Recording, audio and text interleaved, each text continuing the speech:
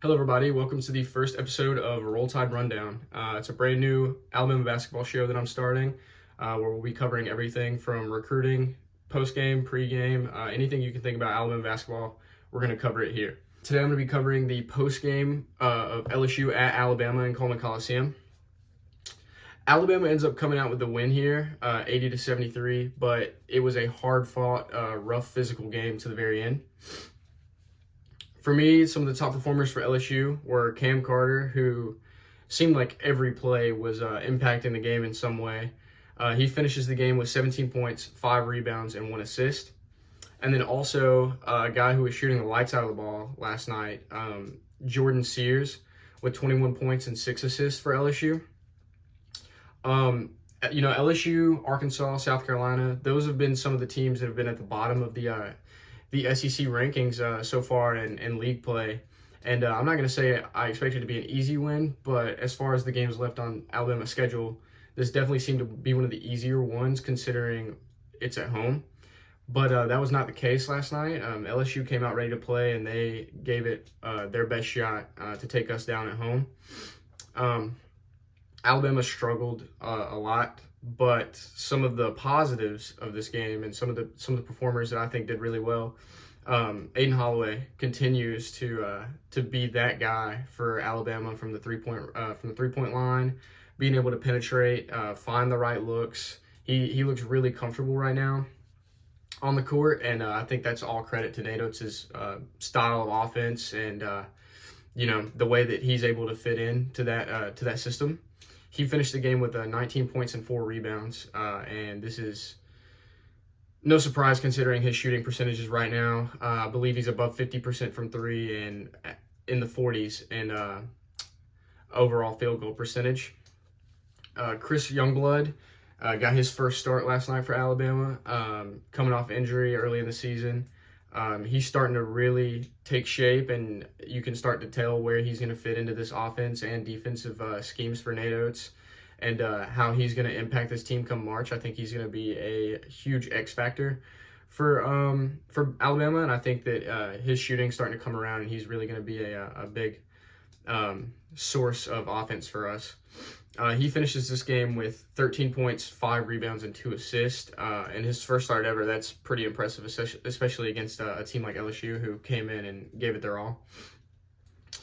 Clifford Amore started out the game pretty rough in the first half, I would say. Oates decided to bench him and Mark Sears in the second half going in. Cliff got the chance to go back into the game and make an impact and change that around for himself, and I think he did a really good job of that. He finished the game with 8 points, 9 rebounds, and 3 assists, and he is the Blue Collar Award player for LSU at home. So overall, this game was not very pretty. I'll just go ahead and put it out there, and not exactly what I expected. I expected it to be a blowout. Absolutely not. At this point in the SEC schedule, it's kind of like worked its way out to where you have your top teams, you have your bottom teams, but that does not mean that those bottom teams aren't going to come in and try to steal one, especially on the road. Every game in the SEC is super meaningful, and I don't really go into many games expecting a blowout. I was really impressed with our performance against Vanderbilt, considering their win against Tennessee, and then now their win against Kentucky. They're a really good basketball team, and same with LSU. They're 12-7. They have some decent wins, and I didn't expect it to be very, cut and dry blowout win for Alabama. But I was very disappointed in our play, especially on the rebounding side of things. I believe. Let's see here. Yeah, so it ended up equaling out. They out-rebounded us by 2. But at the beginning of the game, in the first half, it just seemed like they were out-rebounding us just straight up. We also, turnovers, a big thing that killed us in the first half. I feel like, we were very sloppy with the ball, very careless with the ball, maybe a little bit moving too fast for the type of physicality that game had. I feel like that's been a problem all season for us, is in really physical games we move too fast. Sometimes that's great, but at other times, with that physicality, it just forces turnovers or on the defensive end, dumb fouls. And, you know, uh, we ended up tying in turnovers 14 and 14 for each team. They out rebounded us by 2.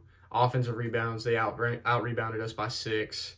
And then we out rebounded them by a few on the defensive side. But overall, it wasn't what I expect and what we expect from Alabama basketball and how they performed all season. In the rebounding category, turnovers, that's kind of been expected all season. We haven't been the greatest at that, but I feel like we have started to improve and make strides towards being better at that. But the rebounding side of things, and especially in the first half, I feel like is what killed us and gave LSU the confidence to come in, even in the second half and play the way that they did. We shot pretty well, 44.3% field goal percentage, and then 30.4 from 3. We were 7 for 23. Part of what killed LSU was their 3-point percentage was terrible. They were 3 for 23, 13%. You can't win a lot of games, especially against high octane teams like Alabama shooting 13% from 3. It just doesn't happen very often. And lucky for us and lucky for Alabama, they did shoot so terribly from 3. Yeah, I think this game was a little bit closer than I expected it to be, but at the same time, you can't expect too much from an SEC team. You can't expect a blowout against any of the teams in the league this year. It seems Texas has kind of made improvements and started to win a lot of games. Same with Vanderbilt's a big example of that. And then some of the teams at the top have started to underperform. It was a really close game between Arkansas and South Carolina yesterday. Obviously, they're both great teams, but close game between Tennessee and Auburn at Auburn's place. And it's one of those things where a lot of these games are going to start to come down to the wire at this point in the SEC schedule, and it's going to be a hard-fought battle all the way through for every team. So I'm happy with the win. I'm impressed with LSU's play, and I think as Oates does every time something like this happens, he hammers down and works to improve it and get us ready for March. So I'm not too worried about it. But it is something that was concerning within this game, was our rebounding ability and the high number of turnovers. Okay, so it's time to address the elephant in the room. Mark Sears, rough first half, 0 points, 0 for 5 from 3, and I believe he had a -1 at halftime. Obviously, coming out into the second half, Oates decided to bench him and Amori. Sears wasn't seen for the rest of the game. The reporter said that it wasn't an injury-related reason for being on the bench, and he ended up finishing out the game, not playing at all in the second half. When Oates was asked about it post-game in his interview, he said, and I quote, "I'll just say this, and I'm not going to talk anymore about playing time stuff. We went with the guys in the second half that thought gave us the best chance to win this game, and we won the game." I agree with Oates here. I think that was a bold and also smart move for Nate Oates to bench Mark Sears, one of the best players on this team, if not the best. It was bold for him to bench him, but, that just shows Oates is willing to do anything to win. He's not worried about, seniority or skill level or playing time. If somebody is out there performing better and they're able to get us the numbers that we need on both sides of the ball to win, then that's what Oates is going to do. The next thing I think we need to talk about is Mohamed Diabate. He has improved so much from last season, and he, in my opinion, is the X factor off the bench for this team. I think we win a lot of games in March if Mohamed Diabate is able to play at this level.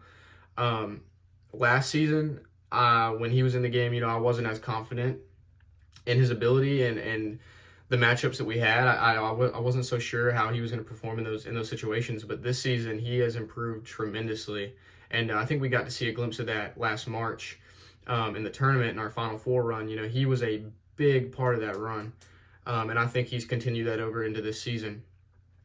I'm starting to think, and I'm starting to see glimpses of Herb Jones from Mohamed Diabate. The things that he does on the floor, he does all the dirty work. He's there for every rebound. His scoring ability in the post, his improved shooting ability. To be honest, he shot decent this season, in my opinion, from 3. and his free throw ability has improved as well. I'm starting to see a lot of the same things I saw in Herb Jones and Mohamed Diabate as far as who he is for our team and what he does within our roster. I think he's going to continue to improve throughout the season as his confidence builds because it's at an all-time high right now. And I think he's going to be a huge factor for us come March. And I think he's going to help us win a lot of basketball games in the SEC tournament and as well as the March Madness tournament. Another talking point and another thing that I want to mention is Aiden Sherrill. He has played a lot more minutes, recently, I feel like, than he has in some of the other games. The LSU game, he only had 4 minutes, but overall, it seems like his minutes are starting to increase and they're starting to become, more productive minutes from him.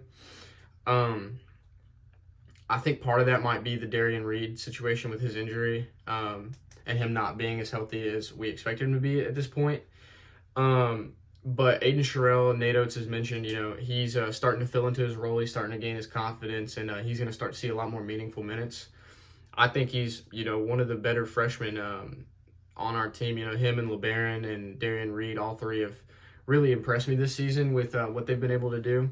I would like to see more from Aiden Sherrill and Darian Reed, but obviously, with Cliff and Grant and Mohamed Diabate playing the way that he's playing, and then, getting Chris Youngblood back, is part of the reason why I don't think they're getting as many minutes as possible. But also, it's hard when you have a roster this big with this much talent to fit it all together the correct way and everybody get minutes that are, as meaningful as everybody else's minutes. But I do think that they do what they need to do within those minutes, and I think that they're pretty productive in the minutes that they're given. Against LSU, Aiden Sherrill played 4 minutes. He had 1 rebound. But, we've seen him come in and hit big shots before, and I think as he gets more minutes and gains more confidence, those big shots are going to start to fall more often, and I think he's going to, help us a lot come March. So, yeah, huge win for Alabama. Our next game is against Mississippi State. Super good Mississippi State team. They've been rolling recently, and they are ranked in the top 25, so I'm super excited to cover pregame and postgame for that game. I'm excited to keep you updated on all things Alabama basketball, and roll Tide.